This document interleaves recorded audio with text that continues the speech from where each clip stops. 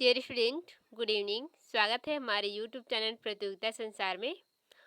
आज का हमारा अध्ययन विषय है remote sensing and techniques are remote sensing and GIS. तो इसके अंतर्गत हमारा आज का क्वेश्चन है सुदूर संवेदक के प्लेटफॉर्म तथा संवेदन का वर्णन कीजिए। इंग्लिश में है describe the remote sensing and platform sensor. तो इस क्वेश्चन का आंसर हम आज अध्ययन करेंगे। सुदूर संवेदन के प्लेटफॉर्म तथा संवेदक, इसका वर्णन का अध्ययन करना है हमको। सबसे पहले इसका सामान्य परिचय देख लेते हैं, फिर इसके प्लेटफॉर्म और संवेदक का वर्णन देखेंगे। पृथ्वी के किसी भी वस्तु को किसी भी जो स्पेक्ट्रम प्रदेश से देखने की क्रिया को क्या कहते हैं? सुदूर संवेदन कहते हैं। यानी कि स्पेक्ट्रम प्रदेश का कहने का मतलब है दूर से प्रदेश से। पृथ्वी के धरातल के विभिन्न संसाधनों के संबंध में सही जानकारी प्राप्त करने के लिए वायु आधारित तथा अंतरिक्ष आधारित प्लेटफार्मों का उपयोग किया जाता है। यानी कि यह आपका धरातल है तो यहाँ से आपके वायुमंडल से हवाई यान द्वारा क्या कर सकते हैं? इसको क्या करते हैं? दृश्य करते हैं या उसका छायाचित्र लेते हैं। इसी को इसमें दर्शाया गया है। भूमि जो धरातल का सुदूर संवेदन प्रणाली का उपयोग संसाधनों के अध्ययन के लिए किया जाता है। इसके माध्यम से धरातल की वास्तविक जानकारी प्राप्त की जाती है। ये इसके बारे में छोटा सा जानकारी है। इसका प्लेटफॉर्म का क्या है? जहाँ से हम क्या कर सकते हैं? छायाचित्र या उसका फोटो वगैरह लेते हैं या उसका सर्वे करते हैं धरातल के सभी विशेषताओं का, लक्षणों का। वो हमारा प्लेटफॉर्म होता है। ये हमारा अंतरिक्ष क्षेत्र भी हो सकता है और आपके जो ऊपर अंतरिक्ष में स्थित वायुयान वगैरह है वो भी हो सकता है। और नीचे संवेदक वगैरह क्या है? जहाँ हमारा ऑब्जेक्ट है वो संवेदक होता है। अब हम अध्ययन करते हैं प्लेटफॉर्म का कंप्लीट अध्ययन। प्लेटफॉर्म का अर्थ देखते हैं। प्लेटफॉर्म का अर्थ होता है अंतरिक्ष में स्थित ऐसा स्थान जहां कैमरा या संवेदक लगा होता है, जिससे धरातल के किसी भाग की जानकारी प्राप्त कर सकते हैं। संवेदक का मतलब क्या होता है? जो उसको क्या कर सकता है? अनुभव कर सकता है। कैमरा क्या कर सकता है? उसको अनुभव करके उसको कैमरा क्लिक कर लेता है। उसी प्रकार संवेदक क्या होता है? उसका अनुभव कर लेता है, जो तथ्य है या ऑब्जेक्ट है हमारे उसको या लक्ष्य को, इसकी जानकारी प्राप्त होती है इसमें। सुदूर संवेदन में उपयोग में लाए जाने वाले जैसे कि गुब्बारे वगैरह है, हेलीकॉप्टर है, वायुयान, अंतरिक्ष शटल है, रॉकेट है, अंतरिक्ष यान है, इनके द्वारा क्या करते हैं? सुदूर संवेदन का प्लेटफॉर्म कहा जाता है इन सभी उपकरणों को, जिससे हम क्या कर सकते हैं? फोटो या संवेदक का कार्य करता है। वायुयान और उपग्रह सर्वाधिक प्रचलित प्लेटफॉर्म है, जिससे हम क्या कर सकते हैं? सुदूर संवेदन का कार्य कंप्लीट करते हैं। जो प्लेटफॉर्म है उसके प्रकार का अध्ययन करते हैं यहाँ पर। जो पृथ्वी की धरातल से ऊंचाई के आधार पर विभिन्न प्रकार के प्लेटफॉर्म होते हैं, जो नीचे है उसका अध्ययन करते हैं। वायुमंडल पर आधारित प्लेटफॉर्म, एयरबेस प्लेटफॉर्म, और दूसरा होता है अंतरिक्ष आधारित प्लेटफॉर्म। तो सबसे पहले हम अध्ययन करेंगे वायुमंडल आधारित प्लेटफॉर्म, इसके बाद अध्ययन करेंगे अंतरिक्ष आधारित प्लेटफॉर्म का। वायुमंडल आधारित प्लेटफॉर्म सुदूर संवेदन तकनीक में उपयोग में होने वाले प्रमुख प्लेटफॉर्म में बैतूल तल एवं वायुयान तल है। इसमें फर्स्ट दिया हुआ है गुब्बारा आधारित प्लेटफॉर्म और सेकंड दिया है वायुयान आधारित प्लेटफॉर्म। सबसे पहले हम देखते हैं गुब्बारा आधारित प्लेटफॉर्म के, क्योंकि सबसे पहले जो सुदूर संवेदन का कार्य किया गया था वो गुब्बारे से ही प्रारंभ किया गया था। सुदूर संवेदन उद्देश्य की पूर्ति के लिए 1900 की जो पश्चात है उनमें गुब्बारे का उपयोग प्रारंभ हुआ है। इसे पृथ्वी के धरातल के अध्ययन हेतु गुब्बारे विकसित किए गए थे और गुब्बारों का उपयोग विभिन्न ऊंचाइयों या संवेदक की उपयोगिता प्रमाणित करने के लिए किया गया था। हवा की गति के साथ क्या होता है? उनको जो गति को ज्ञात करने के लिए मौसम विज्ञान द्वारा क्या करता है? गुब्बारों का उपयोग किया जाता है। और गुब्बारों का उपयोग किया जाता है तो क्या होता है? आजकल वायुमंडल दिशाओं को ज्ञात करने के लिए प्लेटफॉर्मों का उपयोग किया जा रहा है, लेकिन उस समय गुब्बारे का उपयोग किया जाता था। आकृति के आधार पर गुब्बारे 3 प्रकार के होते हैं। एक होता है स्वतंत्र गुब्बारा, एक होता है बंधन सूत्र गुब्बारा और एक होता है शक्तियुक्त गुब्बारा। हम क्या करते हैं? वायुयान आधारित प्लेटफॉर्म का अध्ययन करते हैं। फर्स्ट हो गया गुब्बारा का, फिर है वायुयान आधारित प्लेटफॉर्म। ये किस प्रकार के होते हैं इसका अध्ययन करते हैं। विस्तृत धरातलीय दृश्य को देखने के लिए लगभग 20 मीटर के ऊंचाई वायुयान का उपयोग किया जाता है। हवाई सर्वेक्षण यंत्रों के भार तथा सर्वेक्षण लागत के आधार पर अलग अलग प्रकार के वायु आधारित साधन प्रयोग किए जा रहे हैं, जैसे कि हेलीकॉप्टर, लघु वायुयान आदि। इस पर कैमरे फिट लगे होते हैं या कैमरे लगे होते हैं। जितना भारी कैमरा या हमारा यंत्र होता है उतना ही भारी हमारा हेलीकॉप्टर या वायुयान को प्रयोग किया जाता है। हवाई कैमरे बहुत भारी होते हैं, जो कि क्या करते हैं, वायुयान तल पर एक छिद्र पर लगे होते हैं और वायुयान में प्रायः 8 किलोमीटर से नीचे धरातल के 500 मीटर की ऊंचाई से उड़ते हैं, जिनकी गति क्या होती है, 150 किलोमीटर प्रति घंटे की होती है। जो कमजोर और जो खर्चीली कैमरे होते हैं, अब इनके खर्च के धीरे धीरे कम होने का प्रयास हो रहा है, यानी कि कम करने का प्रयास कर रहे हैं। इसमें क्या होता है, जो हेलीकॉप्टर होता है वो कई ऊंचाई पर आसानी से उड़ सकता है और उच्च विभेदन को प्राप्त कर सकता है। और जो वायुयानों का प्रयोग है वो सुदूर संवेदन के रूप में वायु फोटोचित्र और बिंबों को प्राप्त करने के लिए किया जाता है।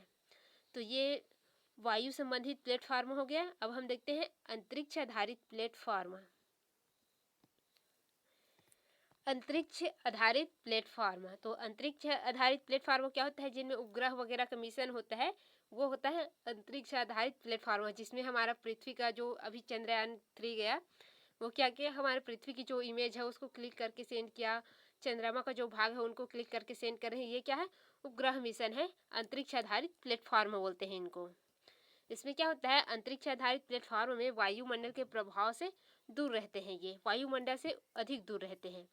इस तरह के प्लेटफॉर्म पृथ्वी के चारों ओर ध्रुवीय अक्ष में स्वतंत्र रूप से परिभ्रमण करते हैं, यानी कि पृथ्वी के चारों ओर एक उपग्रह के रूप में परिभ्रमण करते हैं तथा एक निश्चित समय तक पूर्ण पृथ्वी या पृथ्वी के किसी भाग को पूरा कर लेते हैं। कितने समय में निर्धारित क्षेत्र को तय करेगा, यह उसके मार्ग पर निर्भर करता है। और अंतरिक्ष आधारित प्लेटफॉर्म के कारण ही क्या होता है, हम बड़ी मात्रा में सुदूर संवेदन जो आंकड़े हैं उसको एकत्रित करते हैं और इसी कारण सुदूर संवेदन विश्व स्तर पर बड़ा लोकप्रिय है। और ये अंतरिक्ष आधारित जो प्लेटफॉर्म बताया गया है, ये आपके जितने भी उपग्रह मिशन है, चंद्रयान वगैरह है 1, 2, 3, आपके जो आदित्य है, पल है, ये सभी आपके सैटेलाइट उपग्रह जो है अंतरिक्ष आधारित प्लेटफॉर्म है। उपग्रह मिशन, सैटेलाइट मिशन, ये सभी अंतरिक्ष आधारित प्लेटफॉर्म के भाग हैं। उपग्रह के संवेदक द्वारा नियमित रूप से अपनी परिक्रमा कक्ष पर पृथ्वी का चक्कर लगाता है, उसे परिक्रमा पथ कहा जाता है। यह गोलाकार होता है और इसमें क्या होता है, अलग अलग उद्देश्यों के लिए अलग अलग प्रकार के परिक्रमा पथ होते हैं, जिससे हम क्या करते हैं, उनसे अपनी जो लक्ष्य अनुसार या अपनी संवेदना जो प्राप्त करना है हमें आंकड़े, उनके अनुसार उसको संचालित किए जाते हैं। फिर है कृत्रिम उपग्रह, ये क्या होता है इसको देखते हैं। अंतरिक्ष आधारित प्लेटफॉर्म कृत्रिम उपग्रह सुदूर संवेदन का प्रमुख प्लेटफॉर्म होता है, जो क्या करते हैं, निरंतर परिभ्रमण करता रहता है और पृथ्वी की जो गुरुत्वाकर्षण शक्ति से बचने के लिए 600 किलोमीटर से अधिक ऊंचाई पर या कक्षों में स्थित होता है या किया जाता है। और उपग्रह को अंतरिक्ष में छोड़ने से पूर्व उनमें क्या की जाती है, उसकी ऊंचाई और गति को निश्चित कर लेते हैं, ताकि उनमें किसी भी प्रकार की या पृथ्वी की जो गुरुत्वाकर्षण शक्ति है उसके संपर्क में न आए। और इसकी कक्ष तल पहले से ही निर्धारित हो जाती है और वहीं पर उसको छोड़ते हैं। जैसे कि चंद्रयान 3 है, उसको छोड़ा गया था पृथ्वी के बाहर, जब या चंद्रमा में भेजा गया तो उसके एक निश्चित गति और निश्चित जो स्थल या क्षेत्र है उसको निर्धारित की गई और चंद्रयान 3 वहीं जाके रुका, इस प्रकार से। फिर है ध्रुवीय कक्षीय उपग्रह, पोलर ऑर्बिट सैटेलाइट। तो ध्रुवीय कक्ष का एक ऐसी कक्ष होता है जो 80 अंश से लेकर के 100 अंश तक की झुकी होती है और 90 अंश से अधिक झुकाव होने पर उनका उपग्रह की गति क्या होती है, पश्चिम दिशा की ओर होती है। और उपग्रहों को 600 किलोमीटर से 1000 किलोमीटर की ऊंचाई तक स्थिर किया जाता है, ताकि वो जो पृथ्वी की जो आकर्षण शक्ति है या परिभ्रमण गति वगैरह जो भी है उसके संपर्क में न आए। इसके बाद है भूस्थैतिक उपग्रह, ये सभी अंतरिक्ष उपग्रह है, अंतरिक्ष सुदूर संवेदक प्लेटफॉर्म है। इन उपग्रहों को 36,000 किलोमीटर की ऊंचाई पर क्या कर सकते हैं, प्रक्षेपित किया जाता है और इनकी गति पृथ्वी की गति के समान ही होती है, यानी कि इनके समानांतर होती है।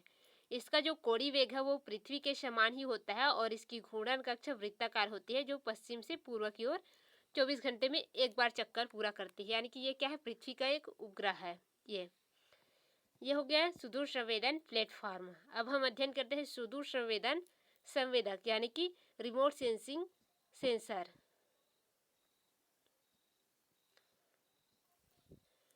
जो रिमोट सेंसिंग सेंसर होते हैं वो एक इलेक्ट्रॉनिक तकनीकी यंत्र है, जिससे क्या कर सकते हैं हम उसको किसी भी इमेज वगैरह है उसको क्लिक करते हैं, वायु फोटो चित्र वगैरह लेते हैं।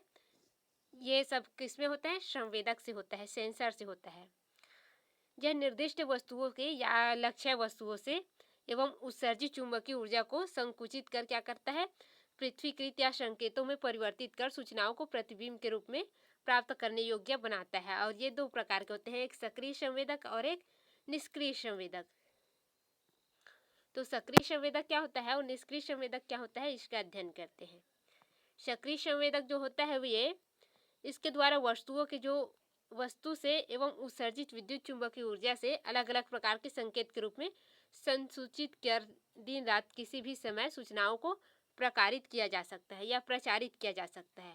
और पृथ्वी द्वारा उत्सर्जित जो विद्युत चुंबकीय ऊर्जा का कुछ भाग सीधे संवेदक तल पर पहुंच जाता है और संवेदक उसे संसूचित कर या संशोधित कर संकेतों में परिवर्तित करता है और सूचनाओं को अंकित कर प्रदर्शित करने योग्य बनाता है, यानी कि अपने उपयोग के योग्य बना लेता है। यह होता है सक्रिय संवेदक, जो हमेशा सक्रिय रहता है दिन रात दोनों टाइम।